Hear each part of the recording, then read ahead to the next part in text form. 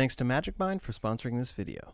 Apple leaks new features for 2025. These are actually pretty good. Hello, everybody. Welcome to the All Future Podcast, where we talk about Apple news, humanoid robots, sometimes EVs, sometimes iPads. Sometimes universal basic income. Oh, now you're getting crazy. Thank you guys for subscribing. We've been on this journey for a while. We're above 12K now. Yes, thank you. Feel it necessary, hit that subscribe button, and we'll be here talking about every new AI feature that's coming out. And today we're talking about Apple's new leaked AI beta. So 18.2 has officially released to, I guess, beta testers. Are you on the beta? No, not the dev beta. Okay. So I am on the beta when it gets released more generally, but I think the dev beta is before that. Yeah. I think 18.2 is now in public beta because I was able to get it. Oh, okay. I don't think I'm on the dev beta, but I'll have to check. But yeah, basically it's coming out, and Craig Federighi at Apple just did a new Wall Street Journal interview talking about all of these features and where they're looking at them. I think right now it's pretty clear that the story is Apple is late to the game, but their reasoning here is that they're waiting to make sure that these features come out in a good way. They don't accidentally break things on everybody's iPhones or give everyone really bad answers to stuff.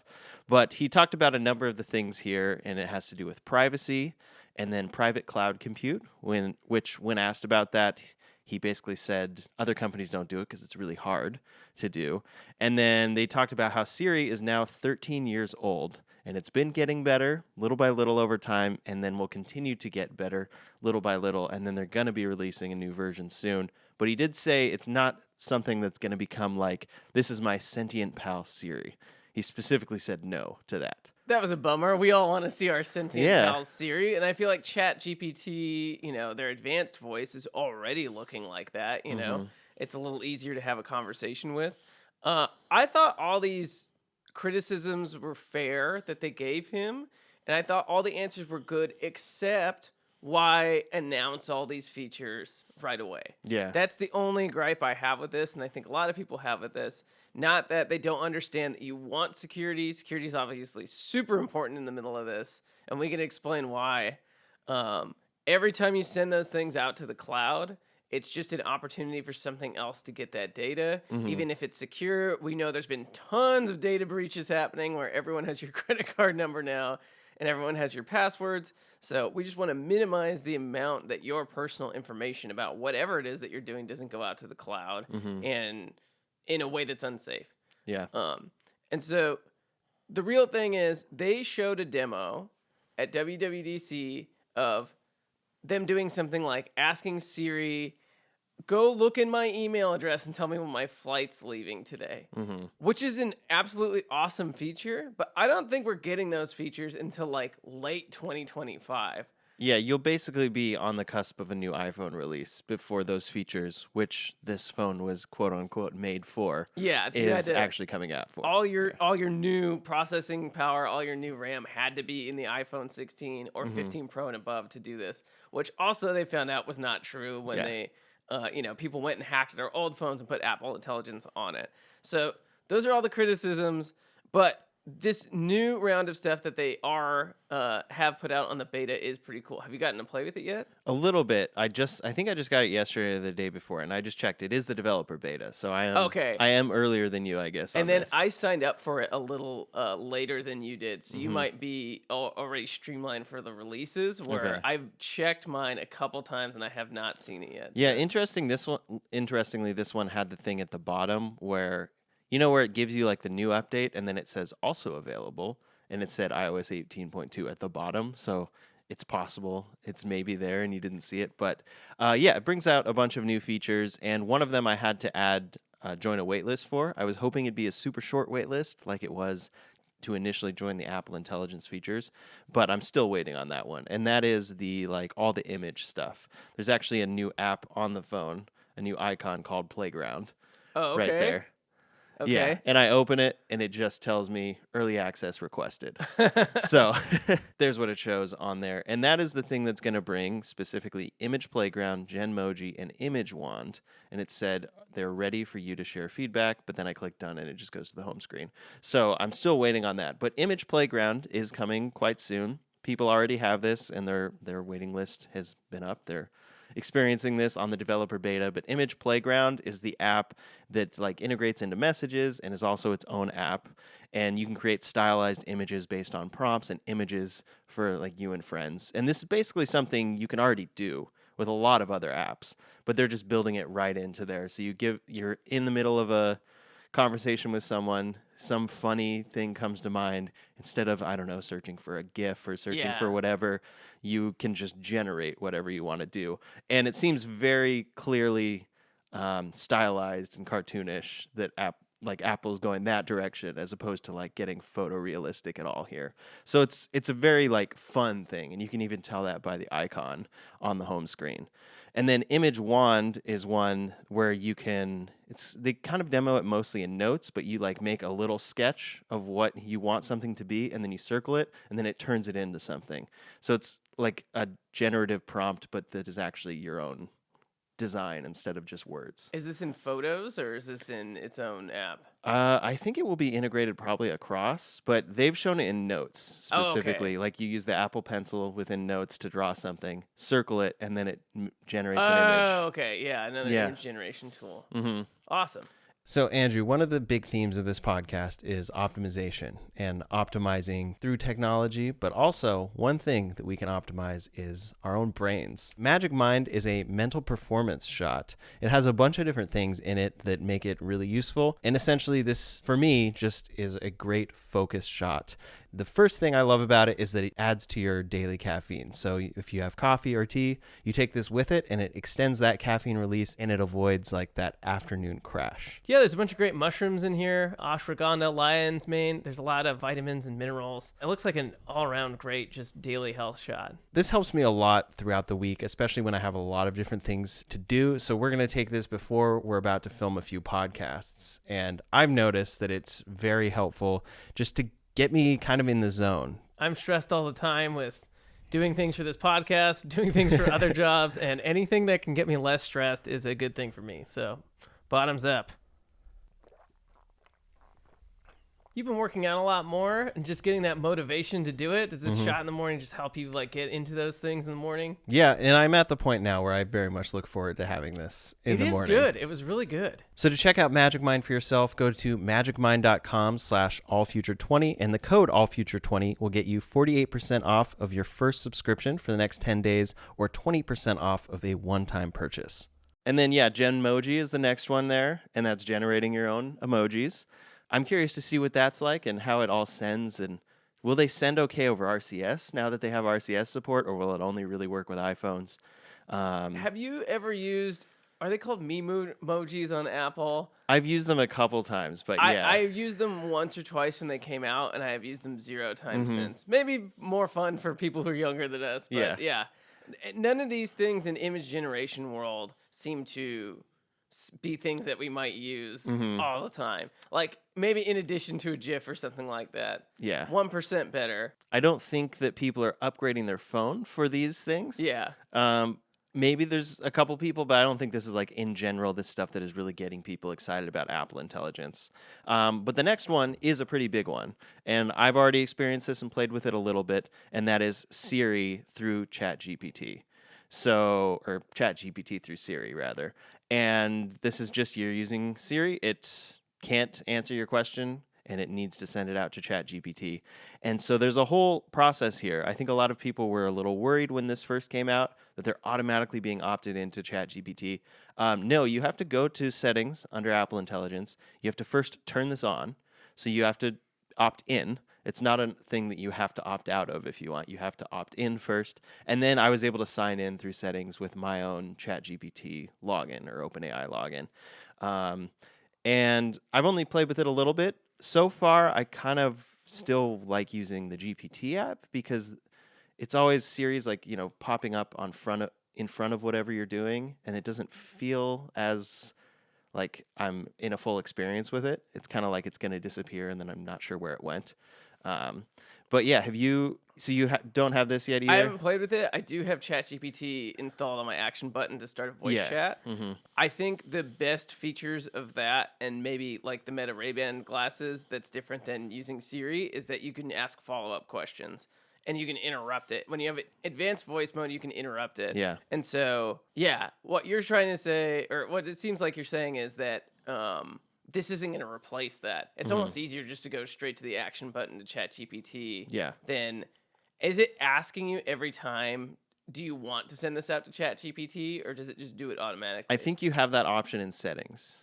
You can have it ask you each time, or have it off where it'll automatically do it. Yeah, I feel like there's a security risk, but usually the things you're asking Siri are like, when is this actor's birthday? Or, those are the easy things that Siri can get. But like, whatever the version of that Siri can't get, when is this game on tonight? Or when is, I've gotten so many like, here's the web results. And we just want to get past that. Here's the web results. Like, take those web results, summarize it into a thing, and if it gets it wrong, it gets it wrong. Like, Siri gets a bunch of stuff wrong already, so you might as well just, like, have it take the best AI educated guess and give us something, which is what OpenAI is doing when you're talking to their voice assistant. Because that's wrong all the time, too, but, you don't know it as much because it's giving you an answer. Mm-hmm. And it does have a little thing at the bottom of each one that goes to ChatGPT and says results, may vary or something like that. Can be inaccurate. Make sure to check your work or whatever results. But the next one is kind of a bigger one because it's actually built in with that new camera shutter button. If you long press, you get to visual intelligence. And it opens up to the camera, but it's clearly a different interface than your camera. So you press that button now for your camera, you press and hold to get to visual intelligence. And right now, as far as I can tell, this has two different things. One, you can ask ChatGPT about what you're looking at. And that's something we're kind of used to. Like you were talking about Meta Ray-Bans. You can look at something, it will tell you about it. You can ask it questions. Some examples here are like, you're in front of a restaurant, you ask it to show you the menu, you ask for hours, and it automatically returns that result. So that's one side of the app right now, and then the other side, I think, is just Google reverse image search. So it will find images like your image. And I find it a little funny because right now it just seems completely not Apple. It's visual intelligence, and it's supposed to be this Apple feature, but it's just you either go to OpenAI or Google. And I'm not seeing much actual Apple integration there yet, but the app is on there now. Yeah, I saw someone make a criticism of this. I can't remember if it was Gurman or someone else on X. We'll link it somewhere, but it was that this could have been made over a weekend. Yeah. Because all it's doing is just taking that image and like posting it to Google image search, and that you could just do that through Google. Like you could do it through the Google app already, and you've been able to do that for years. So like, the only difference is that it's built in, and I feel like you could have done this with a shortcut or something. Like you could have programmed your action button or a shortcut on your home screen to go to these things. So that does seem like a bummer that they're not integrating it. I don't even know how they would because they don't have a search feature. So you'd need to go out to Google anyways. They don't have their own algorithm. So this was the only way this was going to show up anyways. Yeah, at least for now. I mean, they're supposed to be making their own LLM with all of this stuff that will work on device. So the hope is that you're able to ask it questions and it's not having to send it to ChatGPT. But as it is right now, yeah, you're kind of right. It could have been made in a weekend because it's literally just an app sending out to another service. It is weird too because there was all like the plagiarism things, and OpenAI basically taking all of Google's data to create their database to create OpenAI. So it is a weird gray area that Apple didn't seem like they wanted to cross into because it was going to cross into all these like lawsuits or things like that. So it's really interesting to see them fall behind for certain reasons like this. But I'm happy it's there. For people who don't know how to use Google or use these things, or because they've been there forever. If you didn't know how to use them, now, then if this really does help you, it's a good thing, because it's really powerful. Like you go to a store, you go to IKEA, and you're like, "What piece of furniture is this?" Hopefully it's there, but for any instance that you have to identify something, you just take a picture of it, and then it'll pull it up for you. Yeah. So that times whatever thing, what instrument or computer or, what is this hard drive? Like, where do I find it? Where can I buy it? Any of those questions can be solved by a visual search. So just having those things integrated is nice, but, it's not new. Yeah, it's just that it's closer because you have a dedicated button for it now on the new iPhone 16. But yeah, that's all stuff that is coming in the beta and is also going to be coming to users in the near future. But another change is writing tools. So there's already been writing tools within Apple Intelligence beta. And actually, at this point, is Apple Intelligence available to the general public? Or is it still all in beta? I think next week. No, it is. It is. Yeah. I know this sounds dumb, and everyone's going to roast us in the comments for this. Yeah, but we've been talking about this release for a month, so it's hard to go like, is it out? Well, we've had it for like almost 2 months already. So yeah, you kind of forget. Like, I just was with someone who just upgraded to iOS 18, and so they're getting used to like the different controls being elsewhere and like playback when you open photos and stuff, or open a video within photos, the unmute button is in a different place. And so it's just funny because I was like, oh, wow, I've been on this for like a couple months. And you just get used to it and don't think about that.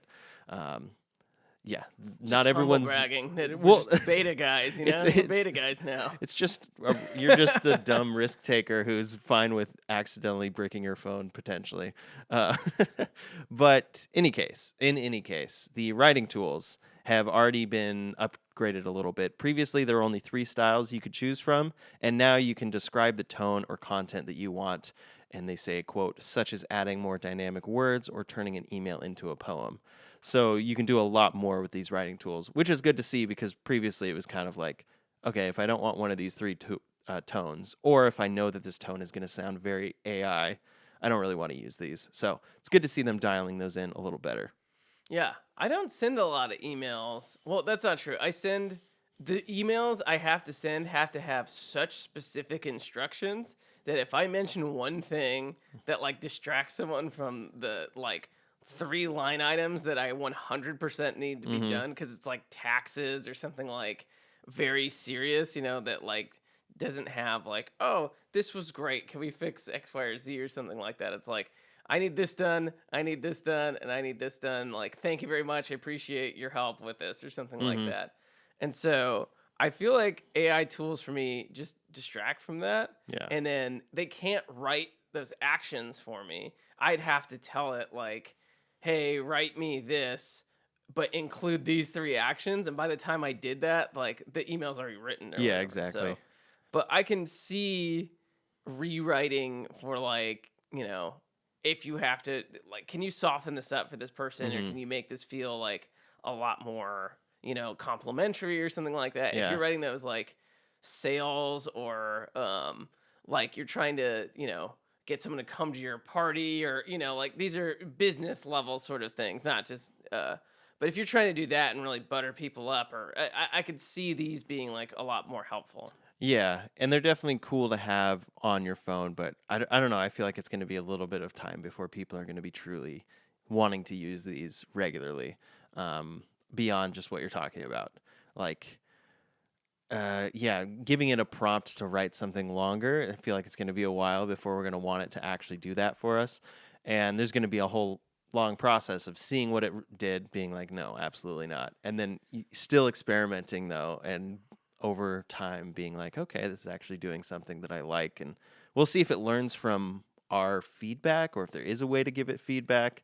It'd be more interesting for it to just go through all of our messages personally and all that data lives on our iCloud or something.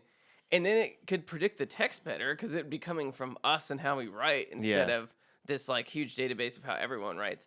I would love to use this, but every time a suggestion comes up, it's wrong. And so I'm still looking, going like, does this work now? Because I really don't want to type in like 100 words into this text message. Yeah. And if it can get me to like the right message, then I'd like for it to, get there. Or, if I can like voice chat and say, write me a thing that says this in a paragraph or something, like that would be nice. So maybe it's just like figuring out how to use these tools most effectively. Yeah.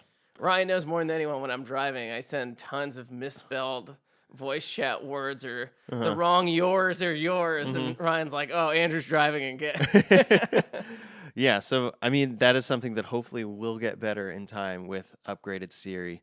But language support is expanding with Apple Intelligence because up till now I think it's only been like American English that this is supported. So this is expanding. It's going to support English in Australia, Canada, New Zealand, South Africa, and the UK, and so that's great. Government's permitting. Yeah, and then it is interesting, like this is not just a US release of a phone, so it's so focused on Apple Intelligence, but these features aren't on the iPhone 16 in other countries they're selling this in. Yeah, if you're in the EU or China, this is not going to feel like a big upgrade to you. Yeah, so I wonder if they're even advertising them there or if it's how sales are affected. If I was, I would try to get the public against the government in order to get the regulations lifted. Apple, take my advice here. It seems beyond regulation, though. It seems also just the development of the product. They're already behind, developing it in American English, so then they have to do it for other languages. Yeah, I think it's both at the same time. Most people in Europe speak English, so like even if these features did come out in English, it would still be useful. Yeah. But you'd rather use it in your native language if you could. So Yeah. I just think this is like 5 years out or something like that. It's going to be a really long time between regulation and the languages. It's just going to be English speaking, and maybe I think Chinese is the next language that they're working on. So. So the next thing is mail app categorization. So a lot of mail apps already have this, third-party ones, and they're adding it into the default mail app. And right here, I have like an all mail button. I have a primary. I have transactions and updates. And so it's automatically organizing these things into these different categories at the top of my email. Yeah, quite useful there. I haven't really played with this totally in practice. I've basically just been using my email like I always have with all mail there, and then I kind of sort it. But yeah, this should be good. I'm curious to see how it works in practice, if it mislabels things. A million promotional emails a day, and so just being able to, it's just a button click or a swipe or whatever. But if I could just get those out of the way just to see what the real emails are, that'd be super helpful. Yeah. Sometimes I do like the promotional emails. I'm like, whatever it is they're selling, I like it. That's why I'm signed up for it. Yeah. But it is just kind of like a distraction sometimes, or I want to look at this, just not right now. So when I have time, I'll look at that. But I need to see the real stuff and get through the real stuff before I get to the look at the Guitar Center coupon or whatever that's going to be in my mailbox. So I think that would work better than whatever mail prioritization thing that's there right now. That just sort of gives you the summaries. It just gives you the list. That is really not helpful. It's like, here's half of it is promotional stuff mixed in with all the stuff that it says is priority. Yeah. So it's helpful a little bit. It might put your VIPs up there, but some of it is not. One of the next features is one of the ones that I was asking for a long time. I saw it at WWDC. Everyone glossed over it except the musician people who were like, yes, we've been asking for this for years. And it's making a multi-track voice memos. And for those of you who don't know, music is basically a bunch of layers of things on top of each other. So you're not necessarily going to record the guitar and sing at the same time. Sometimes, especially when you're writing stuff, that's really hard to do one or the other until you figure out how to do them together. But this would help you. Okay, let me just lay down the guitar, then let me do the vocals, then I have this idea for a drum beat that we could sing in. It seems really trivial to everyone else, but really it's just such an easy feature that they can implement without a ton of effort. There's a ton of these apps already. Yeah. They could have just bought one of the apps for a very small amount of money and integrated it. So I'm just happy that that's there. Yeah, definitely glad to see that. And then one of the last features here for 18.2 is volume limit. I saw so many people get excited over this feature, and I was so confused. A bunch of people on X were like, oh, finally, I can't wait to have this. And I'm like, how many people were asking for this that they had to put it in? But I guess it's people who get, a Ring or something like that, if they turned up their volume for Instagram or something like that, and now their cell phone volume is at a 10 or something, it sort of mitigates those things. But I don't know how much I'm going to use this. Yeah, it seems maybe it's just like a precaution. And I guess there could be scenarios where you're in a loud environment and you're turning up the volume on your headphones really loud, and maybe you're not aware, and you're actually like pounding your ears just to cover up the other sound. Maybe this is helping you prevent that because you set a maximum. Not entirely sure, but we'll see how this plays out. But I'm going to guess this is a feature that now lives in settings and most people will forget about after this release. If you're a beta user, check if 18.2 is here. Let us know how you like the features.